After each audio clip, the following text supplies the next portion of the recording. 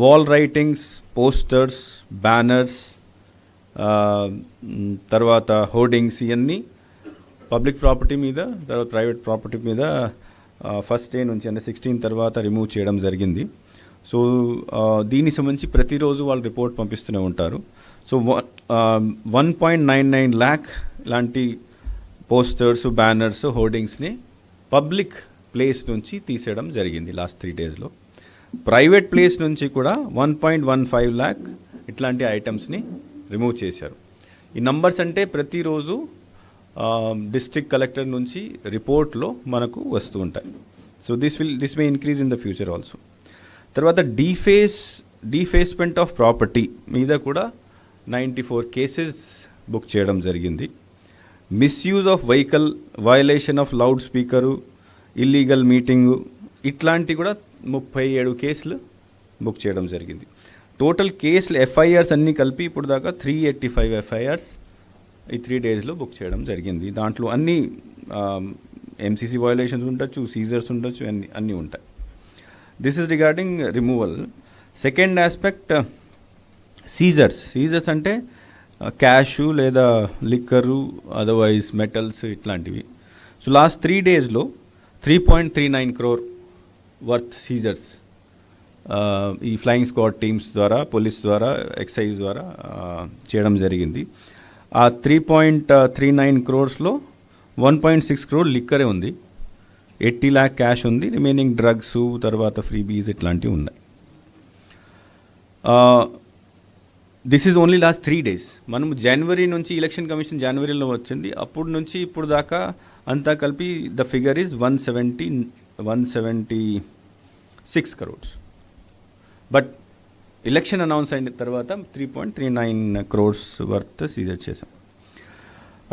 ఇంకొకటి, మనము day of announcement నుంచి లిక్కర్ ప్రొడక్షన్, స్టోరేజ్ మీద ప్రతిరోజు రిపోర్ట్ ఎక్సైజ్ డిపార్ట్మెంట్ ద్వారా తీసుకుంటున్నాము. మన ఎలక్షన్ కమిషన్ గైడ్ లైన్స్ ప్రకారం లాస్ట్ ఇయర్ ఈరోజు ఎంత స్టాక్ ఉన్నది, ఎంత వేరియేషన్ ఉంది, అది చూస్తారు. సో బేసిక్ ఐడియా అంటే వాళ్ళ ఎలక్షన్ కమిషన్ ఉద్దేశం అంటే లాస్ట్ ఇయర్ సేల్ జరిగింది, దీనికి అటు ఇటు కొంత ఉంటే పర్వాలేదు, చాలా ఎక్సెస్లో ఉంటే దాట్ మీన్స్ ఎలక్షన్ కోసం ప్రలోభ ఇవ్వడానికి ఏదో ప్రయత్నాలు జరుగుతున్నాయి. సో కాబట్టి ఈరోజు మేము మన ఎక్సైజ్ డిపార్ట్మెంట్ నుంచి ఈ రిపోర్ట్ తెప్పిస్తున్నాము. ఈరోజు దాకా దెర్ ఇస్ నో డీవియేషన్. అంటే లాస్ట్ టైం ఉన్న స్టాక్కి, తర్వాత సేల్కి, ఈ టైంలో ఉన్న సేల్ స్టాక్కి తక్కువనే ఉంది. ఇప్పుడు ఉన్న సేల్ స్టాక్ లాస్ట్ టైం కంటే తక్కువనే ఉంది. సివిజిల్ కింద అంటే మనం ఇంతకుముందు చెప్పాము, ఎఫ్ఎస్టీ అంటే ప్రతి అసెంబ్లీ కాన్స్టిట్యుయెన్సీలో 3 ఎఫ్ఎస్టీలు ఉంటాయి. దీంతోపాటు ఎంసీసీ టీమ్స్ కూడా ఉంటాయి.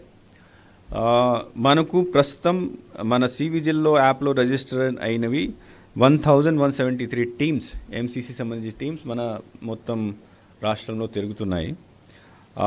వాళ్ళు ఇప్పుడు దాకా మనకు సివిజిల్ ద్వారా 1307 కేసులు, కంప్లైంట్స్ వచ్చినాయి. ఆ కంప్లైంట్స్లో ఎక్సెప్ట్ 40 అన్నీ రిజాల్వ్ చేయడం జరిగింది.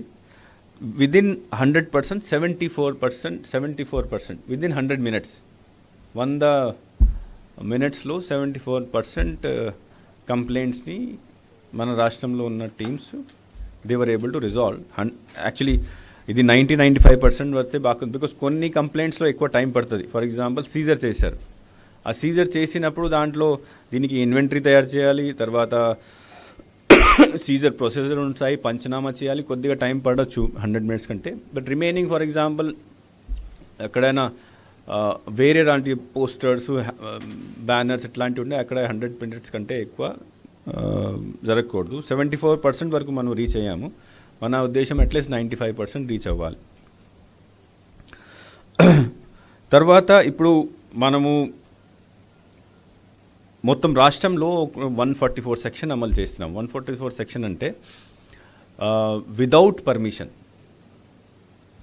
విత్ పర్మిషన్ లేకుండా nobody should do any campaign, nobody should go for road show, nobody should go for house to house campaign. So permission తీసుకోవాలి. ప్రతి యాక్టివిటీకి పర్మిషన్ తీసుకోవాలి. ఆ పర్మిషన్ తీసుకోవాలంటే మన సువిధ యాప్, అంటే ఇప్పుడు అన్ని పర్మిషన్లు సువిధ యాప్ ద్వారా ఇవ్వాల్సి ఉంటుంది. ఒక అప్లికేషన్ ఉంది, ఆల్ పార్టీస్, పొలిటికల్ పార్టీస్, తర్వాత క్యాండిడేట్. సో ఈ 3 days నుంచి యాక్టివేషన్లో వచ్చింది. 392 పర్మిషన్స్ కోసం ఆల్రెడీ అప్లై చేసినారు. మనము కొద్ది టైం బౌండ్ ప్రకారం వాళ్ళకి పర్మిషన్, అంటే జిల్లా లెవెల్లో కొన్ని ఉంటాయి, కొన్ని సిఓ లెవెల్లో ఉంటాయి. సో నా దగ్గర వచ్చిన అప్లికేషన్స్ ఓన్లీ 10, బట్ మిగతా జిల్లాలకి వచ్చింది 388. సో దా ప్రాసెస్ కూడా ఇప్పుడు స్టార్ట్ అయిపోయింది. సో దిస్ ఈజ్ బేసికలీ ఇప్పుడు మనం తీసుకున్న యాక్షన్. నౌ పేపర్లో, టీవీలో చాలా కంప్లైంట్స్ వస్తూ ఉంటాయి.